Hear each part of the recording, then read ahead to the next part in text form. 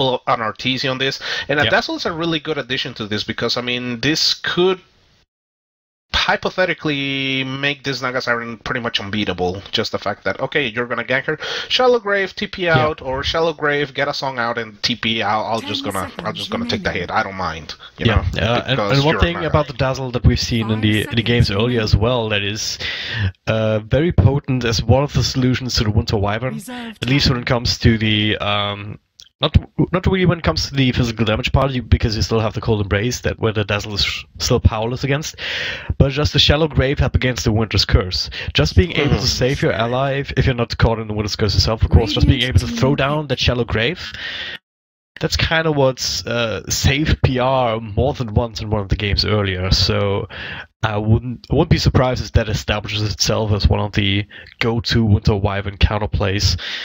But yeah, paiN Gaming have also some other tools, apart from the Shallow Grave, of course, to keep the Naga Siren safe.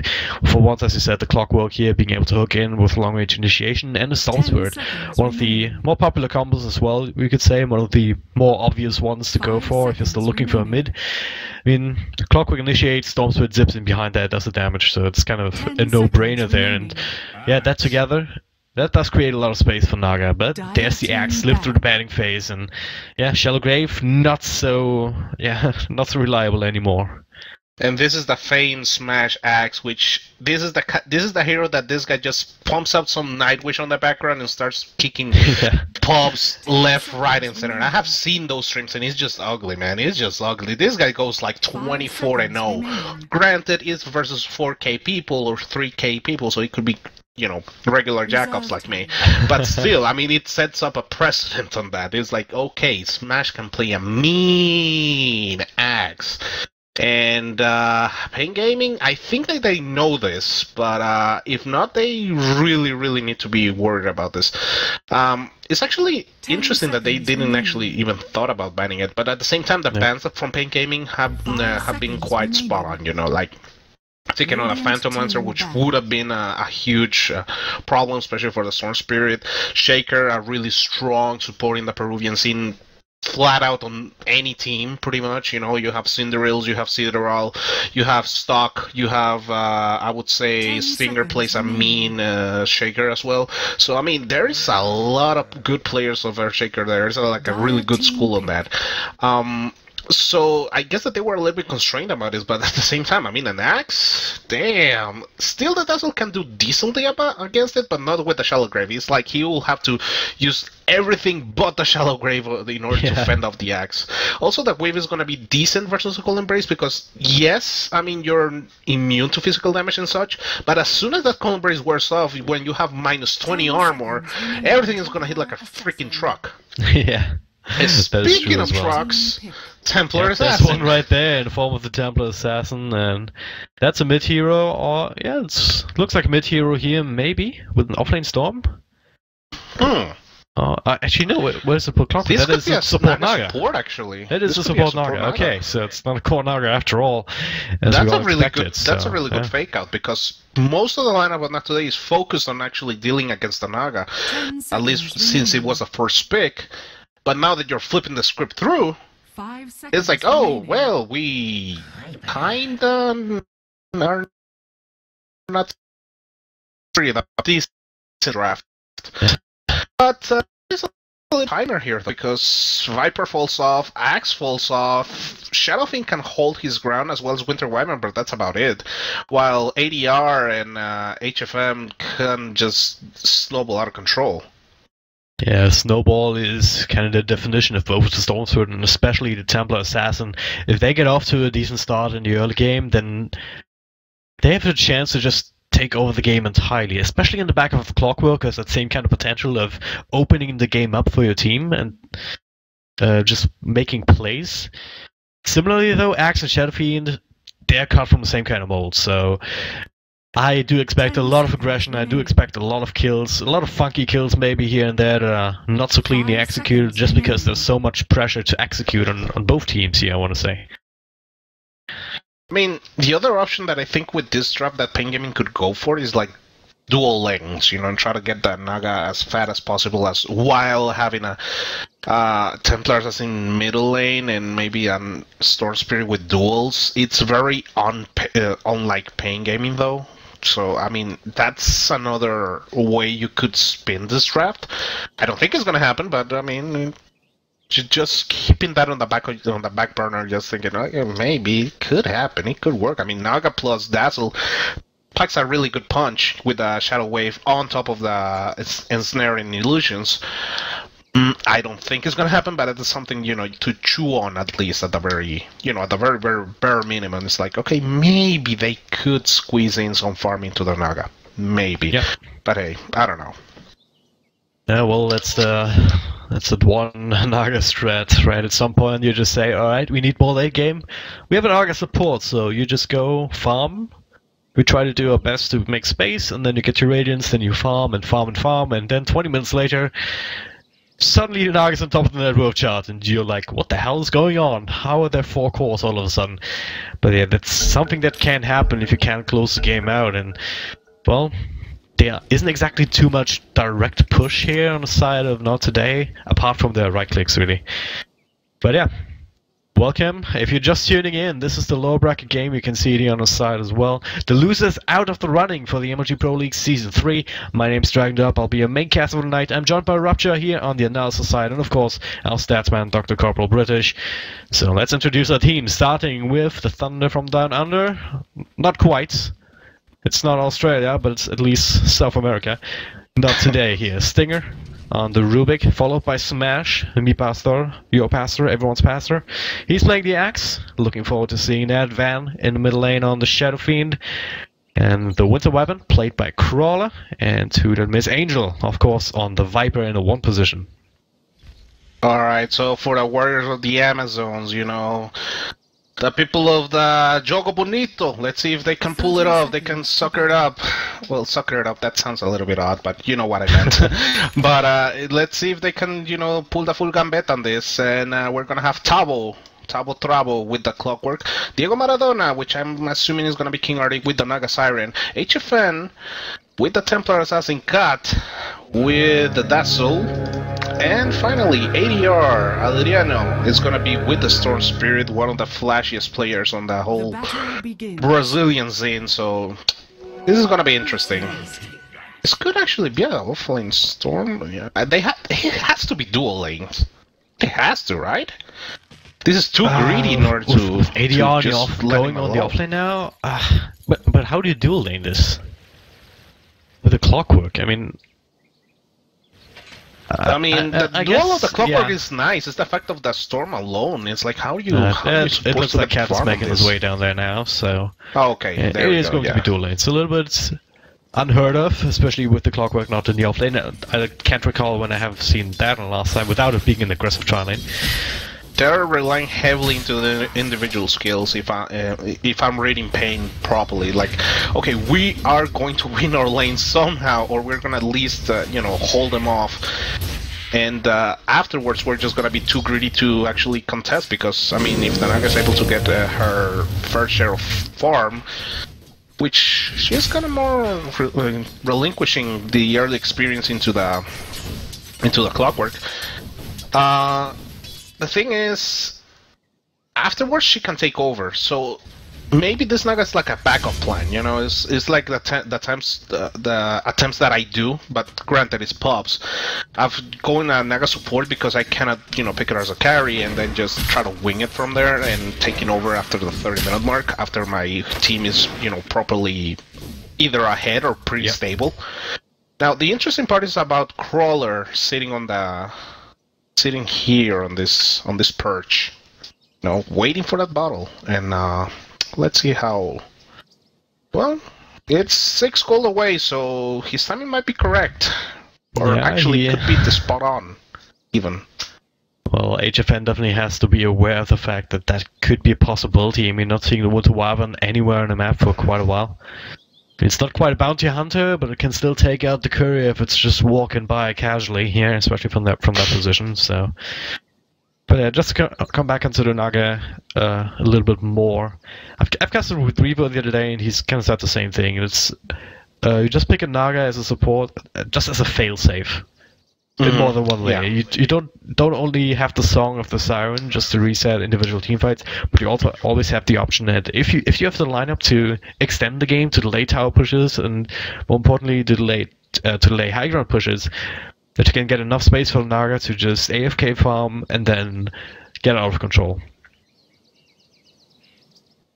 Yeah, I also something else as a support. This is a pretty good lineup for the Naga as well, because the Riptide is gonna do a lot of work with the Templar Assassin, and even a well-placed ensnare could could really complicate things for Van is diving pretty deep here. Van kind of baiting it out, but Crawler working around the backside. That might be first blood here with the damage over time, eating through that refraction charges. Even the body block comes out. Couple of extra right click. That's the raise and first blood drawn by Crawler here. Very well done.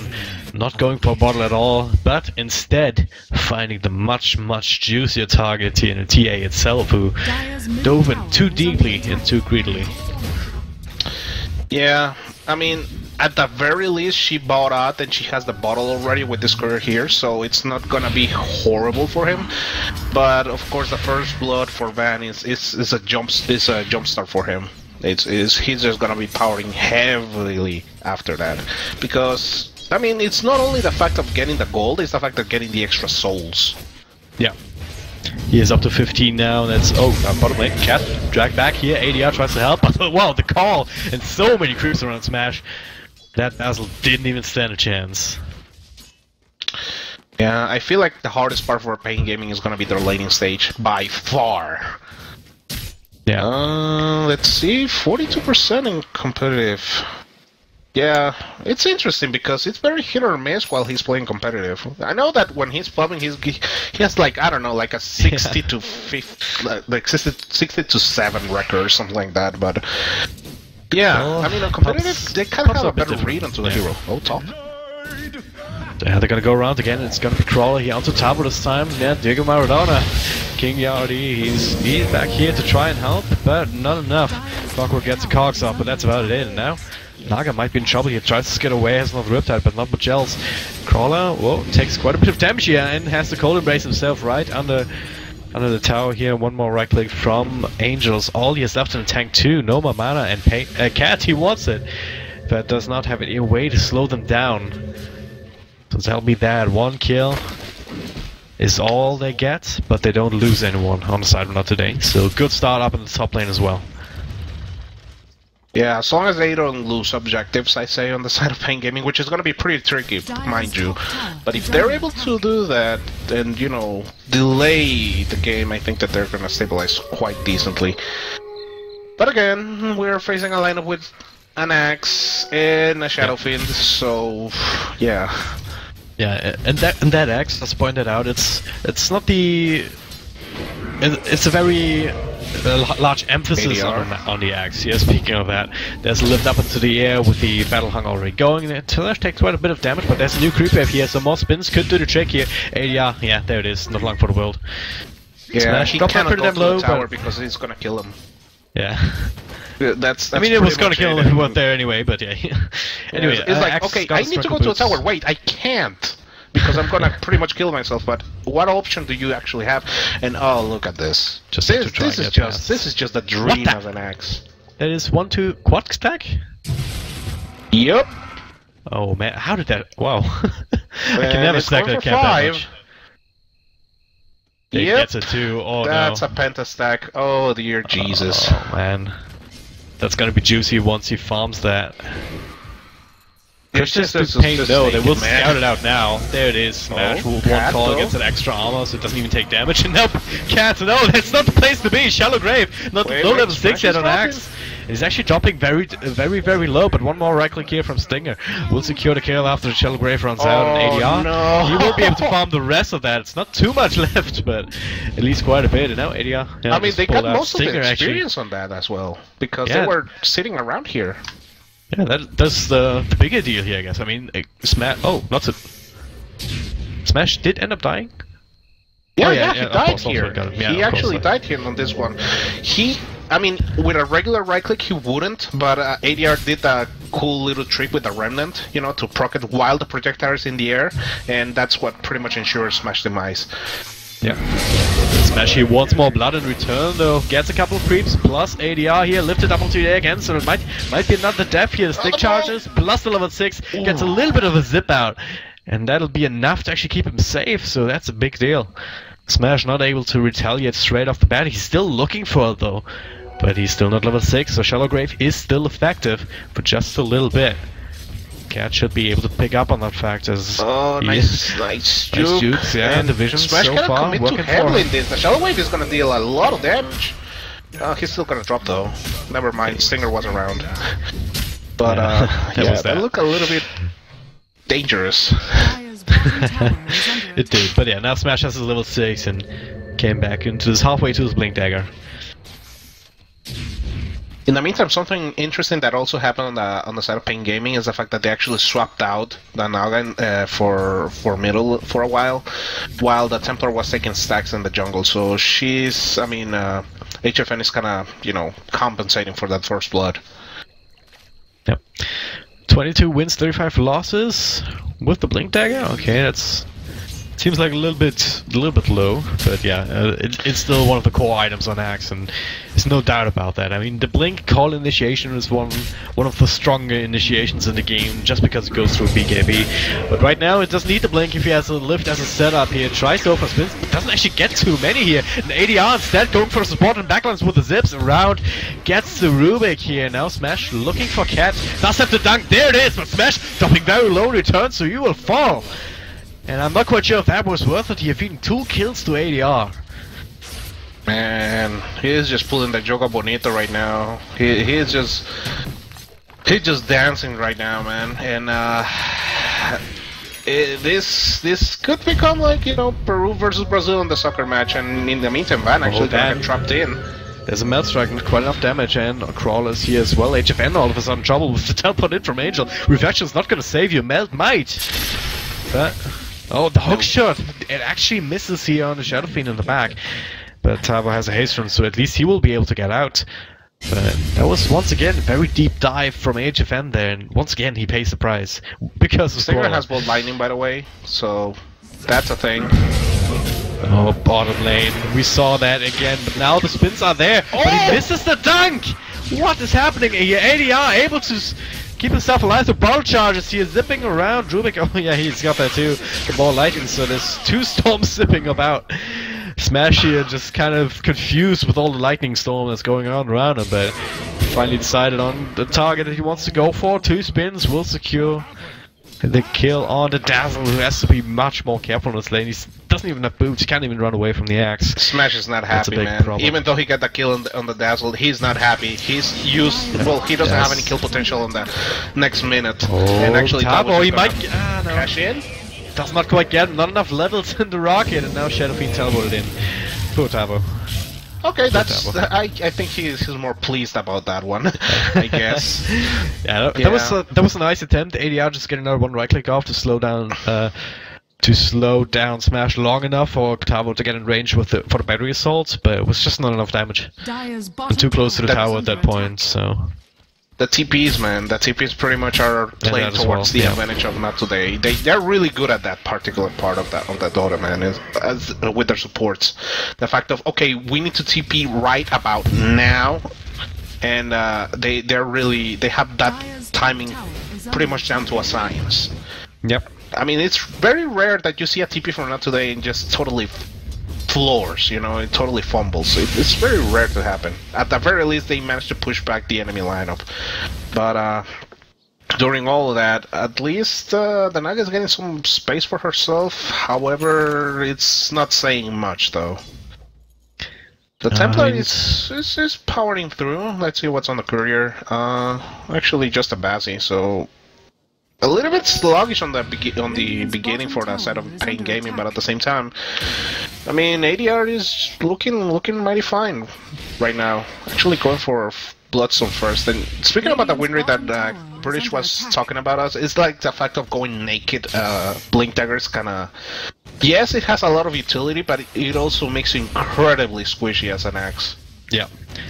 So, what do you prefer? The Vanguard first over the Blink Dagger if you can get away with it? I'm not a Vanguard guy, you know this. Not even on Slardot I pick Vanguard, and I mean that's almost like a core. So. Oh, smash! You will find Cat here. Blink forward. There's the call. No creeps to actually get the spins off those. It's only Cat who will survive for now. Now ADR. Oh, that's actually sticking with the zip. Shallow Grave. Yeah, nice try, buddy. From the axe of axe. The actual ADR was about to come in, but just a little bit too far away. Radiant's bottom tower. They're gonna try to trade up some objectives on the back of this. HFN seems to be, microing his heart out in order to push this lane as fast as humanly possible. Yep. While get those lines. Yeah. But yeah. Mid tier 1's gonna fall as well, most likely. Both glyphs are being forced out. HFN is not being responsive, so he should be able to take down the tier 1 bottom, but that's a straight up trade right now. And considering that the tier 1 top also died, as well as the... the tier 1 top died here, but that just means that Naga can actually get some more safer farm here as the group will push out a little bit further onto the dire side right now. But yeah, I can still believe that he dodged the Calling Blade with a bow. That's some sick reaction. Anyway. But yeah, they're actually taking down his tier 2 and paiN Gaming's not responding whatsoever.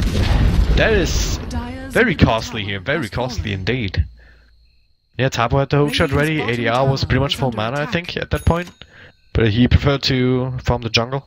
Even as a region rune in the bottle right now. I mean, I guess it makes sense because it ensures at least ADR to farm these 2 camps. But yeah, giving away both of the mid lane towers, especially if not they are willing to go for Roche, which I mean they have a capable lineup to do it. It's going to be quite challenging. However, at the same time, this bottom lane tower is still standing. So at least for Roche purposes, paiN Gaming can still have a foothold on this, but they're playing a risky business objective-wise. And that single tower, I mean, it's a tier 1, it's rather exposed compared to the mid towers. And yeah, in fact, we see not today. Just he's still lightning again. It's quite easy to steal, to be honest, from Stoneswood, but still, it's very useful. For the same reason it's useful to get like Shukuji from the Weaver or the Blink from Anti-Mage or Queen of Pain. Just that extra mobility is one of the best spells that you can have on the Rubik. That's also extra nuke. I don't like paiN Gaming giving away bottom lane as well. Even though you're taking another tower in return, I feel like not they are taking the better towers in order to control the map. And they're going to take another one if this is not responded to. Sure, there's another glyph, but if no one's actually rotating. And yeah, by the time that they're already on tier 2, paiN is still working on tier 1 top here. They're just not taking the trades, just numbers-wise. I mean, I get it why, because they're a greedier lineup and they fare better on the late game, so I feel like they have that, that confidence into it, but at the same time, you're losing so much map control that your warding has to be just immaculate in order to compensate for that. And at the same time, your ganks are gonna be they have to be really clean in order to avoid any surprise backup on TPs from the rest of the teammates. So I don't know, man. Smash and HFN battling up against each other. Van is here to help out with the Yules. Oh wow, HFN actually dodging that damage here. I think the refraction was still up. Van though might still get it. Yeah, one last race after refraction stopped working for him. But at least make it a 1-for-1 trade. But getting smashed there was good. But yeah, I guess that's worth it. And actually, they're gonna get a stinger as well. Okay, that kind of makes it more worth it. But hey, maybe they don't get Sting at all, so they don't have enough mana to play with to just zip out at the cogs. It's just so annoying to deal with. And now that pen once more. There's the Yules here. Yeah, there's a couple of right clicks here. Another race should do the trick here and doesn't even need it. Van is on the killing spree, and that's where it gets scary. Shadow Fiend, 9,500 gold in the bank, followed only by his teammate, 7,400 on the Viper, who I haven't really talked too much about, as he's mostly been farming here, but he does have a mech and is on his way to Nax. Well, let's see. So your Naga's going for actually Guardian Greaves, which, I mean, it's a good item, but I don't feel like it's one of those items that is gonna pull you back into the game. HFN going for a Desolator, it looks like, because I mean most of that BKB. Hold that thought. There BKB might be is not engagement that on top, much. but no. KOD just says nope, no fun. We'll take this fight on all terms, but it looks like they do want to fight here. With ADR joining in, a couple of illusions here on the Smash. There's a Winter's Curse for some reason to at least lock ADR down for a second or two. But yeah, with the Wi-Fi strike on top of them and no mana left to play with, they have to retreat and yeah, they give up this tower. They have to give up this tower. They can't fight without ADR. Yeah, and also Tower was looking to just jump into it, but it can't happen. Yeah, 16 times Yules into Blink with his 56.3% win rate. I was actually about to ask about that. Because it's been a while since I've seen a Yules Shadow Fiend. But it's been even longer since I saw Blink Yules Shadow Fiend. And Van doing the same mistake once again. Actually with the... Yeah, they still get the kill, but... Well, the Raraku must solve some of those damage takes. Kind of wasted on the refraction there. Oh wow, fight Cat! How did they find him? But that's a secondary dump. Winter Wyvern at the same time, we're up in the top lane there as they're gonna fight here. Winter Wyvern's still alive, but only for a second, but now Viper just saying, hey, I'm a hero here too. They take the, take out the Naga Siren. Now, whoa, no. Smash made his way up here! Tabo, that's a double kill for him! And another Duncan ADR automatic, can't zip, maybe can a little bit now. Oh, with a little bit of extra mana from the Soul Ring, but I think it was a Soul Ring. He got a little burst of mana. From, I think he switched to Intreads. And that was enough to keep it safe, but yeah, Jesus, exactly. They're already knocking at the gates. Not even 18 minutes in, that's a long zip. And TP is straight back, but... It's cute little play that almost never does anything. You're burning 100 gold in order to just, try to clear out the wave with just the damage of the ball lightning. Yeah. I mean, the Shadow Fiend Yules it's common depending on who is playing the Shadow Fiend, pretty much. I mean, if you ask Relic, it's like, oh yeah, I'm just gonna go mech. Yeah. If you ask someone like Sumail, it's you or HFN. Oh, actually misses the dunk for the second time in this game, so I'm gonna deduce some points for Smash. Yeah, I mean, I'm pretty sure this guy's powering some. He's just rocking right now. Yeah. Figuratively and literally, I would assume. He's like, yeah, just play me some target, play me some of the Finnish people. Oh my God, King RD as well. Yeah, he is actually dead. No, he doesn't have a dunk, so Shellgrave is actually effective, but yeah, it doesn't help you up against all of this. At the very least, ADR is able to get a trade on the Winter Wyvern, but I don't think it's enough. I mean, they're already knocking on his door. Shot, yeah. Blink Dagger now up on Rubik as well. Blink Force on Axe now, so mass mobility on everyone right now. Apart from the Viper, still working on his Axe. I think he has flying out too. Let's check the career. Yeah, there it is. Plus a gem. They have everything they want right now. We can take a look at the graphs, and yeah, 15,000 gold. As well as about 8,000 experience in the favor of NoT today, and yeah, paiN Gaming just Team Rumbled.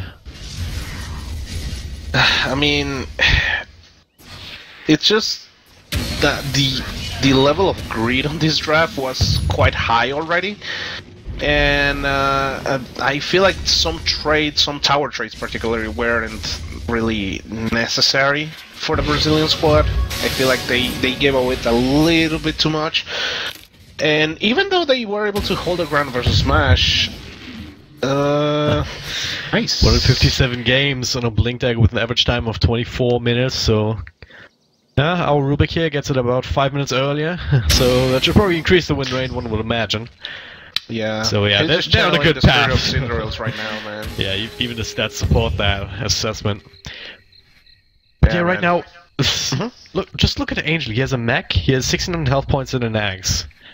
Him alone, they're gonna have a hard time killing because, well, HFN doesn't have anything. Actually gets lifted up and bursted down, probably, with another dunk at the beginning of the fight. So that's TA out, probably has to buy back as Cat is being forced out by the Winter Wyvern right clicks, and yeah.